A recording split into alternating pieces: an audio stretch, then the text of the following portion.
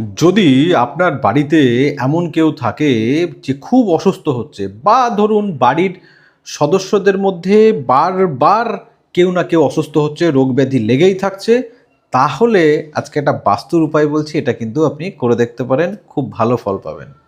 কি করতে হবে? তামার যে রিং হয় না, যেগুলো আমরা তামার আংটি অনেকে হাতে পরে, এরকম তামার একটা গোল রিং নেবেন। তামার, ঠিক আছে, কপার রিং। অনেকে রূপোর রিং থাম্বু এই আঙুলে পরে, সেরকমই তামার রিং নেবেন এবং সেটা মঙ্গলবার দিন নিয়ে আসবেন।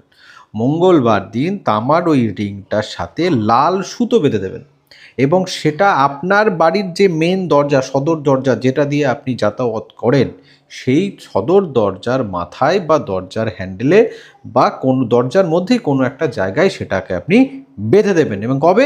মঙ্গলবার। এটা করুন, বাড়ি থেকে রোগ ব্যাধি দূর হবে। এটা কিন্তু বাস্তুর একটা খুব সুন্দর উপায়, করে দেখুন, খুব ভালো ফল পাবেন।